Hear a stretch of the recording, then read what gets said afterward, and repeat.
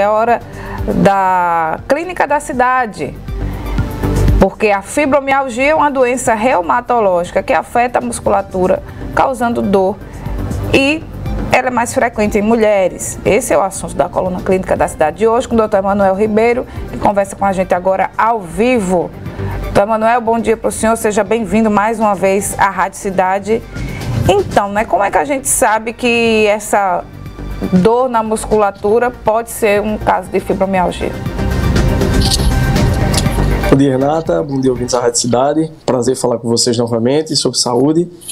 Vamos falar hoje sobre fibromialgia, né? Uma doença bem comum, mas acomete uma pequena parcela da população, mas essa pequena parcela da população que é acometida apresenta muita baixa na qualidade de vida, porque a fibromialgia ela se caracteriza realmente por isso que você falou, por dor muscular intensa, dor muscular, dor articular, dor nos tendões, tá certo? Então, por isso ela tem um impacto muito importante na qualidade de vida dos portadores, sobretudo mulheres de 35 a 50 anos, mas homens também são acometidos. Então, a fibromialgia é justamente isso, é uma síndrome dolorosa, né? Que tem alguns critérios diagnósticos que a gente tem que ter muito critério, na verdade, porque ela é muito confundida com outras doenças, mas pessoas que realmente apresentam dores múltiplas em articulações e tendões, a gente já deve suspeitar. E tem uma causa específica, o que a gente ouve muito falar sobre fibromialgia é que está ligado com o nosso estado emocional, né, doutor Emanuel? Também, Renata, também. A fibromialgia, ela tem uma correlação direta com a questão emocional. Pacientes portadores de depressão podem desencadear casos, tá certo? E também pacientes com fibromialgia podem evoluir com depressão em decorrência dos sintomas, porque os sintomas são muito incapacitantes, né? O paciente ele não tem ânimo nem para levantar, não tem ânimo para fazer atividade física. Isso vai deixando o paciente mais prostrado, vai deixando o paciente mais retraído, e isso pode causar também casos depressivos, né? Como ansiedade, depressão. Então ela merece sim um tratamento correto, um tratamento e um diagnóstico prévio.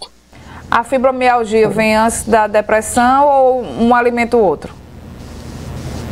Geralmente um alimenta o outro, mas a fibromialgia é uma causa muito comum de depressão, em decorrência da dor incapacitante que ela causa, né? Independente da questão da incapacidade laborativa que ela também causa, né? Muitas pessoas portadoras de fibromialgia começam muito a ter incapacidade de desenvolver suas atividades de vida diária e as suas atividades laborais no trabalho. Então é importante realmente um diagnóstico prévio e um tratamento muito correto no início do caso. O senhor falou aí que é bem complicado esse diagnóstico, né? Mas o que é que os profissionais levam em consideração? Ótima pergunta, vamos lá. O diagnóstico da fibromialgia, ela é dada de acordo com a clínica, tá? Não existe nenhum exame que a gente possa fazer para dar o diagnóstico. O diagnóstico realmente é clínico, é a partir do exame físico, de uma anamnese, escutando o paciente, prestando atenção nos sintomas que ele refere, e aí você vai levando a pensar já no diagnóstico de fibromialgia. Existem pontos específicos do corpo, né, e o número de pontos dolorosos que a gente leva em consideração na hora do diagnóstico.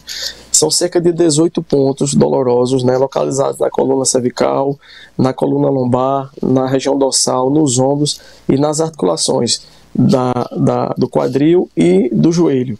Então, se o paciente ele apresenta um determinado número de pontos dolorosos, sobretudo nas articulações e tendões, já leva a gente a pensar em fibromialgia.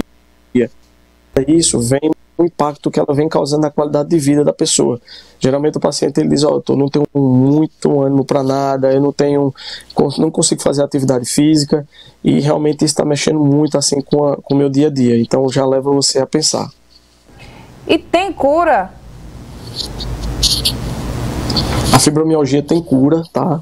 Se a gente diagnosticar isso logo no início, mas é importante sempre a rotina médica em relação à questão do acompanhamento desses pacientes, porque ela entra em remissão, mas a cura total é muito complicado. Você fica muito incapacitado, né, em relação ao diagnóstico no início, porque as dores elas não são globais, como em casos mais avançados, e ao diagnóstico ele vai sendo muito prorrogado. Quando você vem dar o diagnóstico, a doença já está um pouco mais avançada, mexendo muito com esses aspectos psicossociais também do paciente.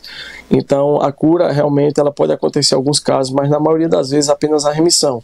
E aí você vai fazendo acompanhamento do paciente com tratamento medicamentoso e tratamento até de psicoterapia também pode ajudar o paciente. Ô, doutor Emanuel, só para a gente encerrar, né, a gente saiu aqui do mês, né, agora setembro, que a gente falou muito sobre saúde mental, valorização da vida. Um quadro de fibromialgia deve ser considerado, né, a família deve estar atenta e faz uma diferença danada na forma como esse paciente convive em casa, né? Muito, Renato. O que é que acontece? O paciente com fibromialgia, ele tem uma tendência muito de desenvolver doenças psiquiátricas, né, como por exemplo a depressão. E muitas vezes esse subdiagnóstico, o diagnóstico muito que não é inicialmente em consideração, isso vai atrapalhando muito a qualidade de vida da pessoa. Então, é sempre interessante levar a sério, né, esses sintomas iniciais, investigar previamente, levar o paciente ao médico para que seja feito um diagnóstico realmente antecipado, para que ele não sofra tanto e que venha desencadear problemas como depressão.